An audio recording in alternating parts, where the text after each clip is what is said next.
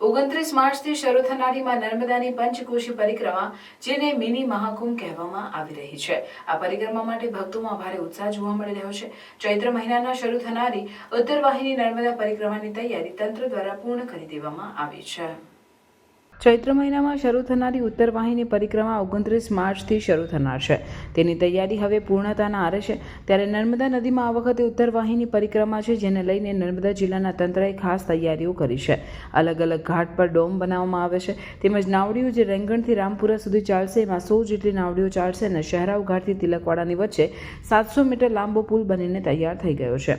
આ પુલ કામ ચલાઉ છે, ત્યારે આ પુલ ઉપર નીચે ભૂંગળા છે અને ઉપરના ભાગે પ્લાસ્ટિકની બેગની અંદર રેતી અને ગોળ પથ્થર ભરીને ઉપર પુરાણ કરવામાં આવ્યું છે અને આ ઉપરથી પગપાળા પ્રવાસીઓ નર્મદા નદી પાર કરી શકશે, તેની વ્યવસ્થા કરવામાં આવી છે। અને ગત વર્ષે કામચલાઉ પુલ નર્મદા ડેમમાંથી પાણી છોડાતા પાણીમાં વહી ગયો હતો, જેના કારણે આ વખતે મોટા ભૂંગળા મૂકીને પુલ બનાવવામાં આવ્યો છે। ત્યારે નર્મદા ઉત્તરવાહિની પરિક્રમાને હવે માત્ર 1 દિવસ બાકી છે, ત્યારે તેની તૈયારીઓ પૂર્ણ થઈ ગઈ છે।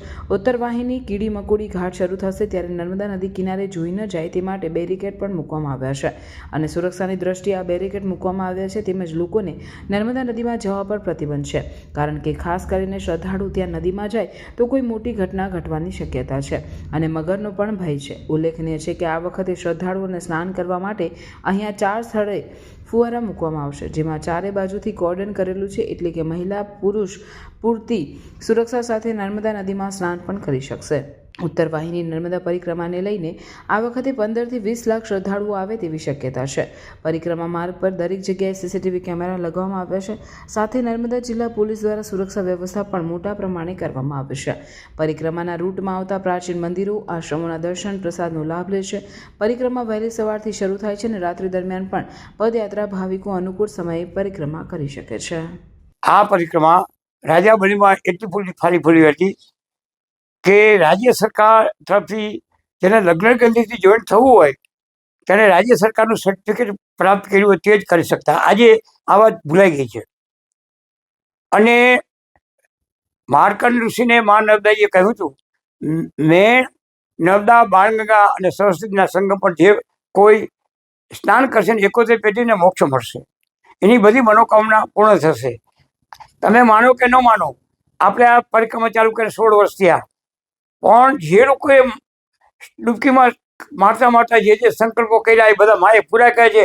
એ ઘણા લોકો તો 1 મહિનામાં 9 વખત પરિક્રમા કરવા આવે છે, ઘણા લોકો 1 દિવસમાં 4 પરિક્રમા કરવાના દાખલા છે અને હું 31 દિવસ 2 વખત કરું છું। પણ ક્યારેક એવું પણ બને કે કોઈ એનઆરઆઈ એવો હોય કે ગુરુજી કાલે અમારી ટિકિટ છે, બોમ્બેથી બેસવાનું છે, કૃપા કરો રાતો, તો અમે રાતે 10 થી 1 પણ મોટર માર્ગે પરિક્રમા કરી છે અને સંતોષ માટે।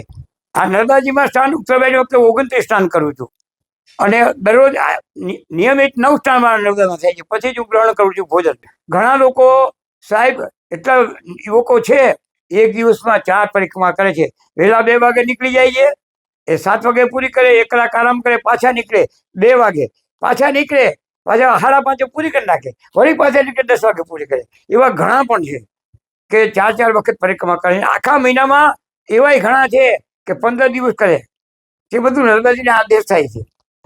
इस परिक्रमा के लिए आने वाले सभी परिक्रमार्थियों के लिए जिला प्रशासन और गुजरात सरकार की तरफ से काफ़ी अच्छी तैयारी की गई है, जिसमें रामपुरा और रेंगन घाट के बीच में बोट से आने जाने की व्यवस्था की है और सेहराव घाट और तिलकवाड़ा घाट के बीच में एक ब्रिज का निर्माण किया गया है।